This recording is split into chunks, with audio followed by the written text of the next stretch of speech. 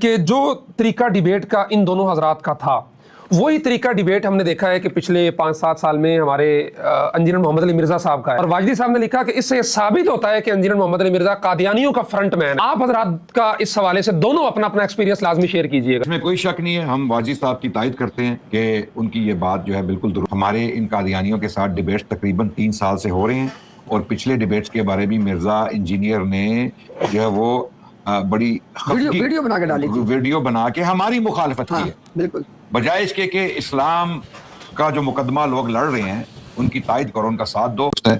آپ وہ بدبخت اولادیں ہیں جن کو اپنے بزرگ بابوں کے گناہوں کا بوجھ اٹھانا پڑ رہا ہے۔ ویسے تو معاشرے میں ہوتا ہے کہ ماں باپ ذلیل ہوتے ہیں اولاد کے پیچھے، آپ وہ بدبخت اولادیں ہو جو اپنے بزرگوں کی وجہ سے ذلیل ہو رہے ہو۔ تو آج اپنا زخم اس حوالے سے چاٹ رہے ہیں، جگہ جگہ مختلف پوڈ کاسٹ میں جا کے یہ کہہ رہے ہیں کہ جی اس قادیانی کو تیاری انجینئر صاحب نے کروائی ہوئی تھی، کیونکہ وہ ریفرنسز جو پیش کر رہا تھا وہ وہی والے ریفرنسز ہیں جو انجینئر صاحب پیش کرتے ہیں۔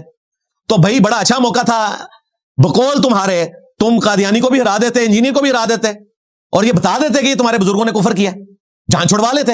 ہماری مخالفت میں قادیانیوں کا کہہ رہے ہیں کہ قادیانی جو ہیں وہ جو ڈیبیٹس میں ان کا موقف جو ہے وہ زیادہ وزنی ہے۔ اب وہ کیا وزنی موقف ہے کہ بھئی یہ جو بزرگ پیچھے لکھ گئے ہیں عبارتیں جو ہیں ان کا تم لوگ دفاع کیوں نہیں کرتے؟ بھئی اگر بفرض محال جس طرح امتیاز بھائی نے کہا کہ اگر یہ بات درست ہے کہ بزرگوں نے کفریات لکھی ہیں نعوذ باللہ، جو نہیں لکھی، ہم کہتے ہیں اگر کسی نے لکھ دیا بفرض محال ہم اس کا رد کریں گے، اس کو ڈسون کر دیں گے، ٹھیک ہے؟ ہم کہیں گے یہ اسلام کے خلاف بات ہے، وہ میرے والد لکھیں، میرے دادا لکھیں، یا ہمارا کوئی بزرگ لکھ جائے، ہم کہیں گے جی اللہ تعالیٰ ان کی اس خطا کو معاف کرے۔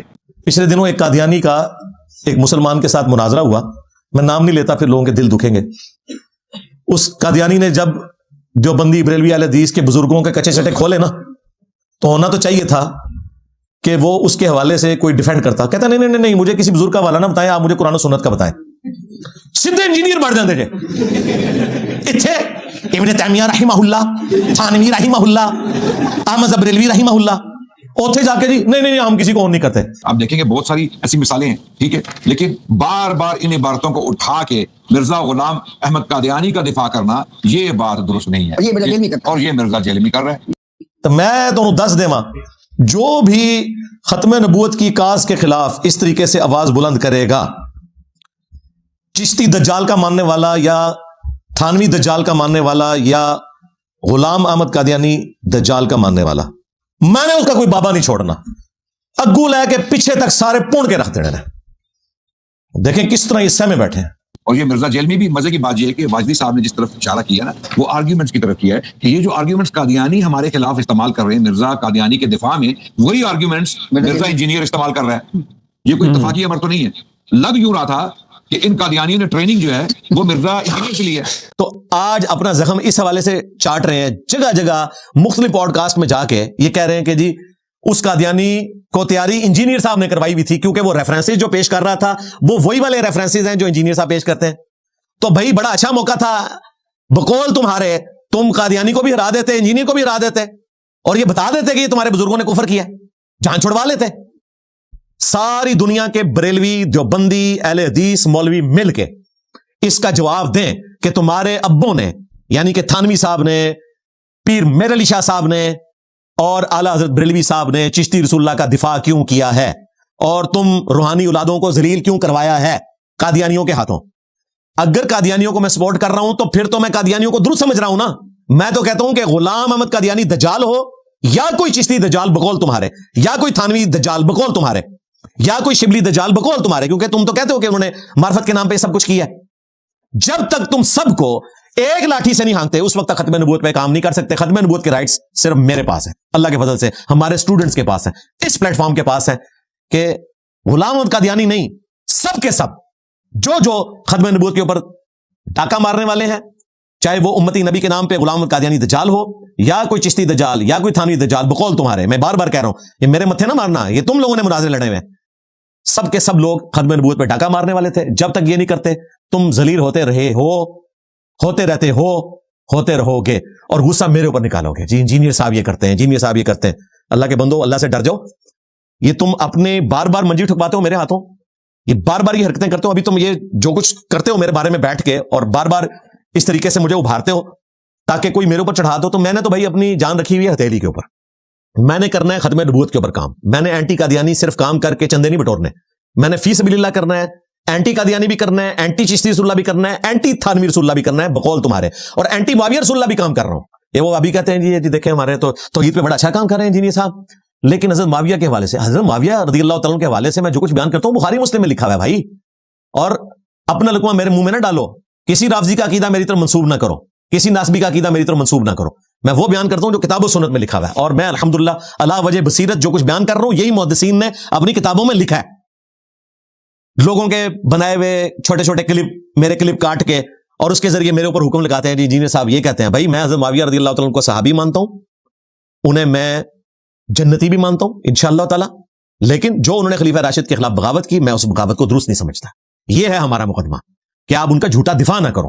اور آج امت جو دو ٹکڑے ہوئی ہے سنی شیعہ کے نام کے اوپر, اس کی بنیادیں انہی کا دور ملوکیت ہے. اگر وہ نہ ہوتا تو آج امت دو ٹکڑے نہ ہوتی. ظاہری اسباب کے اعتبار سے میں بات کر رہا ہوں, باقی تو ظاہر ہے ایک بندہ اگر قتل ہو جاتا ہے تو اس کی قسمت میں لکھا تھا کہ اس نے اتنی زندگی پانی ہے, لیکن قاتل کو بھی سزا دی جاتی ہے. اسی طریقے سے اس امت کا بھی ڈاؤن فال لکھا ہوا تھا, لیکن جس نے اس ڈاؤن فال میں حصہ ڈالا اس کو بھی اس حوالے سے کٹہرے میں لا کے کھڑا کیا جاتا ہے. تو یہ میرا خیال ہے آج اتنا ہی کافی ہے. ویسے میں اس میں اور باتیں بھی کر سکتا تھا لیکن ٹائم کافی زیادہ ہو چکا ہے.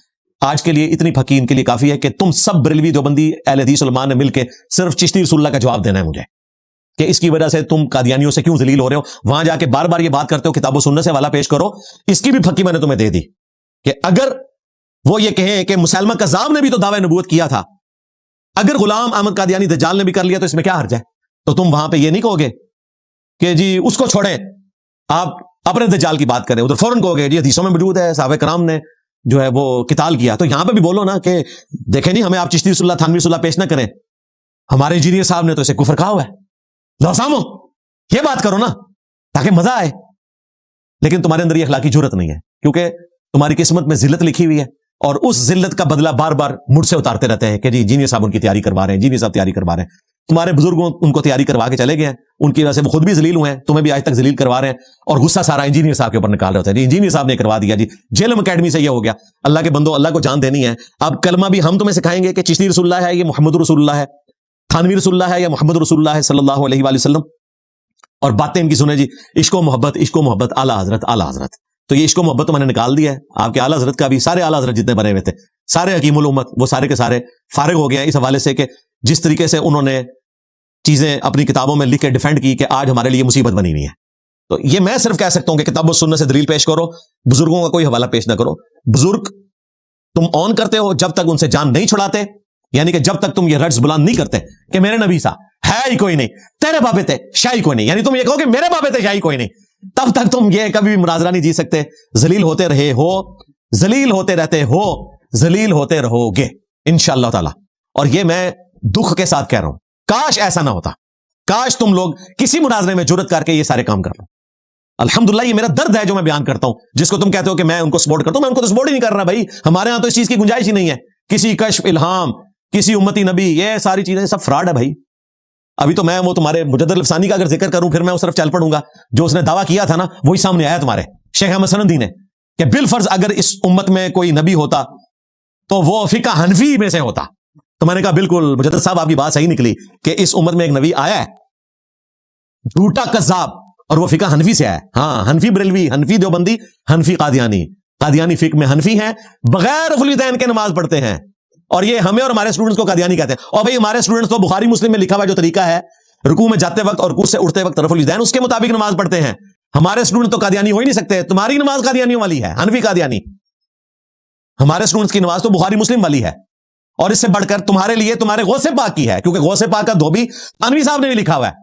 غوث پاک کا دھوبی بریلوی بھی بیان کرتے ہیں. تو غوث پاک کی نماز کا طریقہ غنیت الطالبین میں وہی ہے جو بخاری مسلم میں ہے. اور تمہارا تو عقیدہ ہے کہ غوث پاک پوری کائنات کو اس طرح دیکھتے تھے جس طرح ہتھیلی پہ رائی کا دانا. تو غوث پاک نے یقیناً لوح محفوظ پہ پڑھا ہوگا کہ نبی اسلام اس طریقے سے نماز پڑھتے تھے, بلکہ وہاں تو ویڈیو بھی موجود ہوگی نبی اسلام کی نماز کی.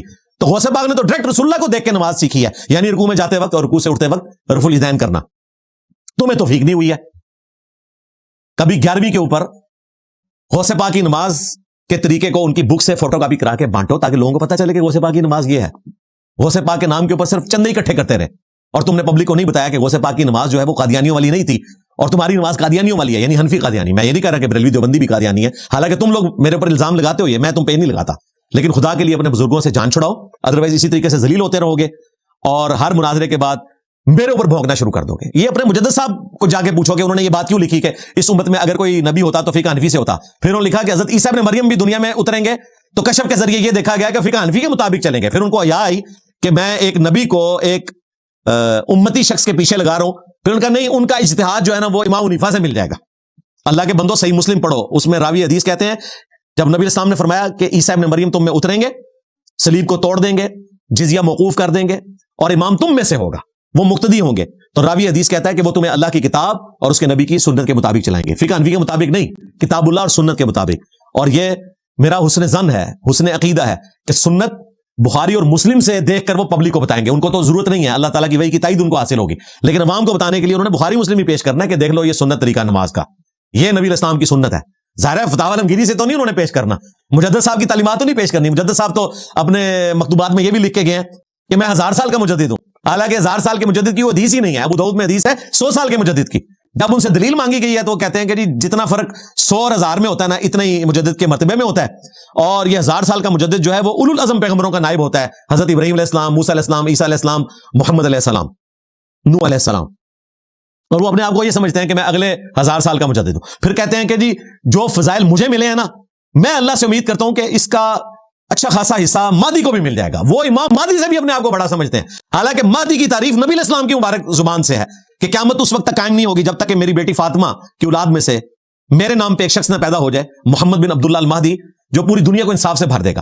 مہدی کی تعریف نبی علیہ السلام نے کی ہے, اور مجدد صاحب کہہ رہے ہیں کہ جو مجھے شانیں ملی ہیں نا, اس کا کچھ حصہ انہیں بھی ملے گا, یعنی میں ان سے بھی اوپر ہوں. اندازہ کریں اس بندے کا ذہنی لیول. اور یہ وہ ہے بابا کہ جس کو اہل حدیث بھی بزرگ مانتے ہیں, صرف دیوبندی بریلوی نہیں, اہل حدیث بھی کہتے ہیں مجدد صاحب ہمارے بزرگ ہیں. جی انہوں نے تجدیدی کارنامہ کیا ہے اکبر بادشاہ کے خلاف. اچھا جی, اکبر بادشاہ کے خلاف انہوں نے کارنامہ کیا ہے, اور انجینئر صاحب نے جو کارنامہ کیا ہے اللہ کے فضل سے قادیانیوں کے خلاف, ہزاروں قادیانی الحمدللہ ہماری ویڈیوز کی برکت سے مسلمان ہوئے جب انہیں پتہ چلا کہ چشتی رسول اللہ, تھانوی رسول اللہ بھی غلط ہے. تم نے تو لوگوں کو قادیانی بنایا, یہ کارنامہ نہیں ہے. ڈاکٹر ذاکر نائک نے اعلانیہ کیمرے میں سینکڑوں نہیں ہزاروں ہندوؤں کو کلمہ پڑھایا. ان کو تو سلطان الہند نہیں مانا دیوبندیوں اور بریلویوں نے, وہاں نہیں ان کو یاد آیا کہ یہ کلمہ پڑھا کے ہمیں مسلمان کیا. ہمیں دوست لگاتے ہیں جی بزرگوں نے آپ کو کلمہ پڑھایا. بھائی بزرگوں نے تو پھر انڈیا میں بھی کلمہ پڑھایا تھا ڈاکٹر ذاکر نائک نے, اور تم کہتے ہو اس کے عقیدے درست نہیں ہے. بھائی ہم تمہارے بزرگوں کے بارے میں بھی یہ عقیدہ رکھتے ہیں کہ ان کے عقیدے درست نہیں ہے, اور بخاری مسلم حدیث ہے اللہ تعالیٰ فاسق سے بھی دین کا کام لے سکتا ہے. تو تمہارے بزرگ جو کچھ بھی تھے, فاسق تھے, فاجر تھے, جو بھی تھے, ان سے اگر دین کا کام لے لیا گیا تو کوئی ایسا مسئلہ نہیں. اللہ تعالیٰ تو کافروں سے بھی دین کا کام لے لیتا ہے.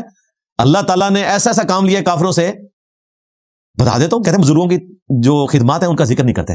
جی حضرت گیوٹن برگ 1440 عیسوی میں انہوں نے پرنٹنگ پریس بنایا. آج مسلمانوں کے گھر قرآن نہ ہوتا اگر حضرت گیوٹن برگ جو ایک کرسچن پادری تھے جنہوں نے بائبل پرنٹ کرنے کے لیے پرنٹنگ پریس بنایا, اگر وہ نہ ہوتے تو آج قرآن پاک, یہ ایک قرآن جو ہے نا آج کی ڈیٹ میں 10 مئی 2026 25 سے 30 لاکھ روپے کا یہ قرآن تھا. اگر آپ کاتب سے لکھوائیں 25 سے 30 لاکھ روپے کا, پورا محلہ مل کے قرآن نہیں خرید سکتا تھا, بخاری مسلم نہیں خرید سکتے تھے اگر پرنٹنگ پریس نہ ہوتا. حضرت گیوٹن برگ کی خدمات ہے, اللہ کے فضل سے انہوں نے یہ کام کیا اور آج ہم دنیا میں برکات دیکھ رہے ہیں. تو آپ کو حضرت گیوٹن برگ کے عقیدے بھی ٹھیک تھے, نہیں کہتے نہیں وہ فاسق تھا لیکن کام بہت بڑا لیا. بس تمہارے بزرگوں کے بارے میں بھی ہمارا یہ عقیدہ ہے, اور ہمارے بارے میں بے شک یہ عقیدہ رکھ لو, لیکن ایٹ لیسٹ کافر نہ کہو. ہمیں یہ نہ کہو کہ ہم قادیانیوں کے سہولت کار بنے. قادیانیوں کے سہولت کار تو وہ ہیں جنہوں نے چشتی رسول اللہ, تھانوی رسول اللہ لکھا کتابوں میں, ان کے حق میں مناظرے لڑے, ان کی حرام کی کمائیاں کھائیں, اور میرے ڈر کی وجہ سے آج کہہ رہے ہیں کتابیں بدل گئی. کتابیں آج تک پرنٹ ہو رہی ہیں. ہم نے کبھی ان کے اوپر کوئی اس طرح کا مقدمہ نہیں کیا. علمی اختلاف کرتے ہیں, تم بھی علمی اختلاف کے ذریعے اپنے معاملات کو آگے لے کے چلو. اگر یہ بار بار کرو گے تو پھر میں بار بار جو ہے تمہیں ننگا کروں گا انشاءاللہ تعالی.